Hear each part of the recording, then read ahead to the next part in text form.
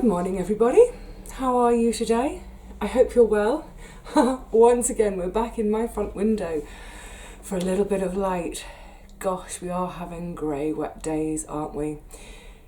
Perfect for getting on with things indoors. And today I'm going to start. Now this video is going to be over a few days, but today we're making the start on this lovely little growing kit that I got for Christmas. It's from a company called Getting People Growing. This is a lovely gift from Karen and her boys, Aaron and Logan. Hi boys, how are you doing? Oh my goodness, I hope your homeschooling isn't too much of a faff. I hope you're doing okay. So, yes, let's have a look what's in the box. Now, this is a growing kit for microgreens. In other words, I'm going to be eating seedlings. It's basically what it is. And I think I mentioned this at Christmas when I first opened this, that I do quite often sprout beans, particularly mung beans. They make lovely sprouts. But I generally, so when I'm sprouting, I do it in a glass jar, give everything a good soaking, and soak, rinse over a few days until they sprout. And I'm eating them at the stage where the sprout is maybe 1 centimetre, 2 centimetres long, very pale, but oh so yummy. So the difference with this is, rather than just letting the seeds sprout, I'm actually going to grow the seeds until they're a few centimetres high and then chop them down so that I'm eating the green part as opposed to the seed and the sprout. So I had a quick look on Christmas Day at this kit, and I think one of the reasons I want to share with you today or over the coming days, because it's a process, is it looks, from that first glance I had, it looks like a really lovely kit to do with young people. I mean, hey, it's a nice kit for us adults to do too, isn't it? I haven't grown microgreens for ages, absolutely ages, partly because I don't have much windowsill space. However, at this time of year, I do, so it's perfect. I'll see how this kit goes, and I'm thinking in future that generally by the end of October, middle of November, all the drying that I do in the window of beans and various seeds and all that sort of stuff, by about mid-November, it's all gone. It's all jarred up, ready to go to a new home. So from about mid-November until mid-February, when my first seeds will be in propagators on the windowsills, I'll have that I'll have 3 months where the windowsills are clear. So yes, why not do a bit more growing? So let me give you a closer look at what has come with the kit. So there are these instructions telling us everything we've got. And what I like, and why I think this might be a nice thing to do with young people, is it's got your whole sort of planting, sowing guide, and continuing care, and then we get to the back and we get to the harvesting bit. But throughout there are these little sort of sections all the way through saying top tip. It's really, I think it's been beautifully and very charmingly made. The whole kit is paper and card apart from the growing trays. So there's another card here with recipe ideas. You see, I can't see what you're seeing. Can you see that? Yeah, some little recipe ideas, and then if you want to order refills of any part of the kit. So it's not just do it once and then chuck everything. It's a little kit that you can keep using and using and using and using. And then all these bits, once you know what you're doing, go in the compost. So there's a little selection of, there's another little instruction for preparing the soil. See, they're sweet as pie, aren't they? Just really simple little illustrations. And then there are 3 cards here which represent the 3 different types of seeds that are included with the kit, which are peas, and they're all organic too. Yay! So there's peas, there are, ooh, sunflowers. Now you see, I do like sunflower seeds to eat the seeds, and I do like sprouting them to eat the sprouts. I've never had them as greens. That will be interesting. I'm not sure I fancy them. Isn't that funny?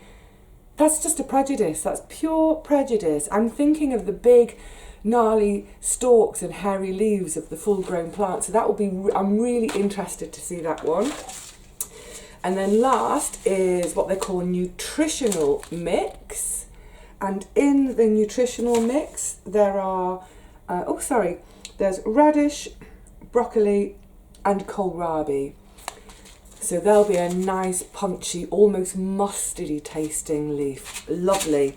So there's I've got my instructions, I've got my seeds, I've got paper for blacking out the growing medium, we'll come to that. Then there's this bag of organic growing mix. Again, everything is paper, even the tape, everything is compostable. Yeah, so that looks, I'll show you more closely, that looks like a sort of coir type blend. And then the only thing that's not compostable is, there are these 2 bowls. It's like a broth. Now, obviously, for doing this, you want something that's not got holes in the bottom, that's going to retain the moisture, etc., etc. So, you know, to do it in paper pots wouldn't... So I'm thinking, oh, that wouldn't work. But if you had paper versions, so long as you had them on some ceramic dishes or, you know, some sort of tray, so they're not going to leak onto your furniture and leave big watermarks. But obviously these are going to be used over and over and over again, I hope. So that's my whole kit.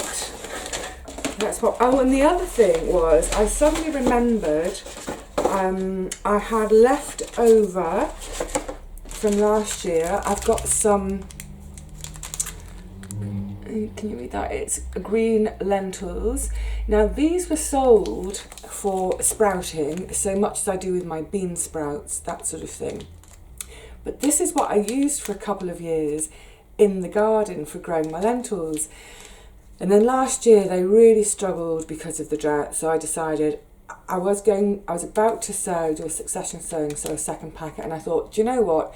I'm not going to bother, it's not worth it. So I kept hold of these seeds, so this is something else. I could either sprout them to have like I have with my mung beans, that sort of sprouted chickpeas. Oh my goodness, I love sprouted chickpeas. But why not give these a go at some point to have them as the little greens later on. So I think we'll go into the kitchen and do the first stage of our instructions. Yay, Karen, Logan, Aaron, thank you so much. What a great gift. You see, it's not just the gift of the greens later on, it's the gift of something to do on a rather inclement day. Right, let's get off to the kitchen. Okay, so I've gathered all my bits and pieces ready, and because there's just the 2 bowls, I've decided I'm going to go with the nutritional mix, excuse me, and the sunflowers. Leave the peas for another day. I kind of wanted to do the peas over the sunflowers, however, like I said, because I've never had sunflower microgreens, I've had them as sprouts, I'm really interested to see what they'll taste like, so I'm going to get on with those. Now, the first step, I should have looked at this earlier, so we'll have to carry on later. Preparing your seeds, and it says, if your seeds require it, soak them to hydrate them ready for planting. So I thought, do I need to soak my seeds? And that's where the 3 little individual seed cards come in. again, great, it's really, really clear instructions. So it's giving me the expected harvest time, the taste, time in the dark, time in the light, amount of planting. But then here's the key bit, it says soaking sunflowers 6 to 24 hours. It's not essential, but recommended. Likewise, on the nutritional mix, soaking 6 to 24 hours, not essential.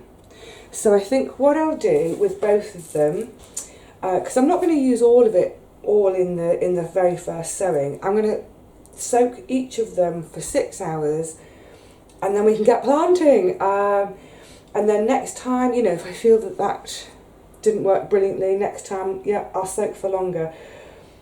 What does it say for soaking? You see, again, this is absolutely brilliant. If you've never done anything like it, you've got absolutely no idea, if the kids are involved, even instructions for soaking. So to soak your seeds, measure out the amount of seeds you're going to plant, fill a cup with water, put the seeds inside, fully submerging them, and soak for between 6 to 24 hours. Consult the individual seed information for more detail. Brilliant. And it even says if you've soaked them, when you come to sowing them, just drain them off in a sieve. Brilliant. So I need to go and find a couple of jam jars to get my first couple of seeds soaking, my sunflowers and my nutritional mix of broccoli, radish and kohlrabi. Just quickly, while those seeds are soaking, herein is the lesson for us all. Read through your entire instructions first. If I'd read through these before I'd even gone to the kitchen, I would have seen this thing about pre-soaking. So I would have got them going last night. Never mind. Later this afternoon they'll be ready to plant. But yeah, do have a good read, whatever it is, whether you're, I don't know, putting a piece of furniture together or, you know, making a rag doll. It's that thing, isn't it? I'm still a kid. As soon as I get a kit, I want to just race in and get on and do it. I seem to remember having a peg doll disaster when I was really little one Christmas because I just raced ahead and made the clothes for my peg doll all wrong. So yes, read your instructions. There's the second instruction about using that folded paper that comes with the kit to have it soaked and press it right down against the seeds. You can see in the illustration it's done for a square, well, oblong tray, and the trays in my kit are round. So one of the things I've just done now is I've cut them into circles so that they will fit down into those pots and be right onto the soil. So yes, instructions first. And the other thing about doing this that occurs to me just when I was in the kitchen, because sometimes I talk to myself as if I'm a child. Calm down, Vivi. Read your instructions. If this is the sort of thing you're doing with children, whether it's your kids or grandkids, I mean, you know, not even necessarily this microgreens kit, but any seed sowing, all these little gardening things we might be starting to think about getting underway. See if you can use them as part of your homeschooling. Now, I don't know what is on the curriculum for each of the key stages at the moment. I've kind of lost touch with that now that I'm not a nurse and not working with kids every day. And in those days I did have an idea what was on the curriculum because of course, even when the kid, well, if they're really, really, really poorly, they're not doing their homework. But even the sickest of sick kids at Great Ormond Street, they still do their homework. And if they're fit enough, they go to school. The hospital has its own school. Brilliant. So yeah, I was just thinking about this in the kitchen and thinking maybe some things you could think about with your children or grandchildren and see if you can introduce this either as part of maybe science or biology. Well, biology is a science. Why are we putting the seeds in the dark? Then we're going to take them out of the dark and put them into the light. Why do the seeds need to go into the light? Just thinking about the whole kit, and I was saying how everything is compostable except the little sewing trays. What materials compost? What materials don't? And maybe you could have a bit of an experiment, and a little corner of your garden or your allotment is to maybe bury some things to look at which materials do compost and which don't. Maybe if you've got a really old cotton tea towel. I was going to say the old cotton knickers, because I've seen that experiment done where all the cotton is chewed away. And think about things like when we actually harvest them and we're adding them to food, what is the nutrition that we're getting from microgreens? What are the various vitamins, for example? And if there are vitamins in them, we know there are vitamins in them. What are the different vitamins, and what does our body need those vitamins for? So I think this whole little parcel of fun, use it for teaching. But this kind of teaching, this is fun, isn't it? And this is the kind of learning that stays with us all our lives, rather than that kind of learning our times tables by rote. Learn by doing, learn by questioning everything we're doing, and learn by a few experiments too. So yeah, make sure you've got mum and dad's permission first, or mum and mum's or dad and dad's permission first. If you're going to go and start burying stuff in the back garden to see if it composts, mark off your little area so you know there's stuff that you've buried there that you'll come back to in a few weeks' time. Right, I think I'm going to go and make myself a cup of tea, or 10, whilst I wait for these seeds to soak, and then I'll see you back in the kitchen to do some sewing. Right then, we're back after a few hours of soaking, and thank goodness, can you get a sense of this light here? Thank goodness for my fabulous light from Richard and Paul, because it's pretty dark already. It's only 4:30, but it's dark. So I've got my 2 trays of growing medium ready. What's great is we have instructions for all of that too. And talking about recycling it, brilliant. So all I did was popped the growing medium into the 2 trays, added some water. Hopefully you can see under there, so it's a really, actually you can tell also by the heaviness, well you can't, but I can. It's really pretty damp now. The seeds have had their soak too, so I'm going to start off. This is the sunflower seeds, beautiful. So I'm just going to scatter them over the top. It doesn't matter too much if they're touching, but ideally we don't want them actually overlapping, because they're going to get in each other's way. A little bit more fiddly when they're damp, but yeah, give them a bit of a spread out. Make sure they're firmly in contact with the growing medium. Okay, so that's the sunflowers. And then just reaching behind you, this, ooh, water everywhere. This in the sieve is the nutrition mix, which, let me remind myself, is broccoli, radish and kohlrabi. So again, just sort of sprinkling them across the surface, trying to space them out a bit. Again, in the instructions, it's really clear about how much to use per tray. They give it in weights and teaspoons full. So, like I was saying earlier, if you're doing this with children, grandchildren perhaps, the weights and measures, again, you know, this is all this home education, educating while they don't even realise they're being educated. The weights and measures, great for their mathematics. For example, when putting the soil in, oh, excuse me, stretching, they give a ratio of the growing medium to water. So you could do ratios with that, you can do percentages with that. Fantastic. I guess a lot of this would be for like the under 10s.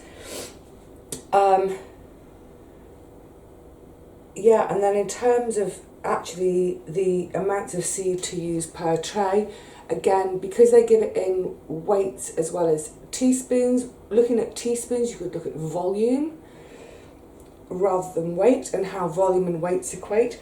But anyway, never mind that. Let's get these sorted. So the next stage is to cover them completely with the soaked paper. So I'm just going to give it one more soaking. I'm just behind you in the sink. Like I said, I cut the paper to circles so they'll fit.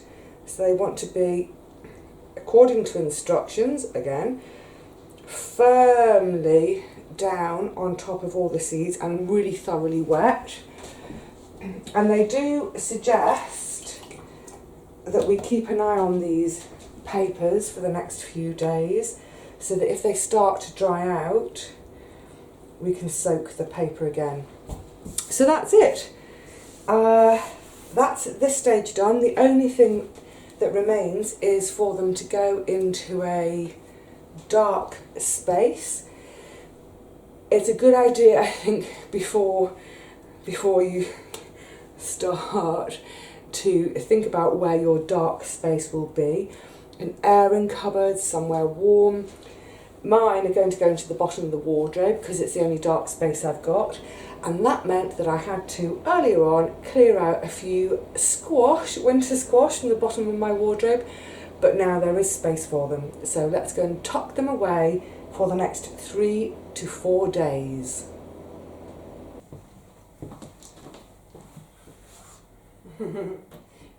Into the wardrobe they go. It isn't the warmest spot in the house, but it's warmish and it's dark. So that's it. They're staying there for the next 3 days. Don't answer back. Shush. So what I'm going to do is, that's it for today's video. Thank you for joining me, coming along and experimenting with me. Yay. Oh, I just got distracted. There's scaffolding going on across the road. They're building scaffolding up on one of the buildings. So it's very weird for me to look out of the window and see men on level with me. Anyway, sorry, massively distracted. Yes, so that's going to be the end of the video for today. But you will see the next video tomorrow because I'm filming this a couple of weeks ago. So the intervening stages I will record and then edit to bring you the final result tomorrow, all being well. So thank you so much for joining me today. Have fun, experiment, do some experiments as part of your homeschooling if you can. Yeah, put stuff in soil. All right, my lovelies, I'll see you really soon. Until then, please look after yourselves, look after each other, and have fun learning and educating each other, because this whole thing, I know I'm banging on about it a bit today, but this whole thing about homeschooling, I know we've got a curricula to stick to, but every day can be a school day, a learning day, and it doesn't have to be the boring rote stuff. Just get out there and learn something today and pass it on. Pass it on to someone else. Teach someone else.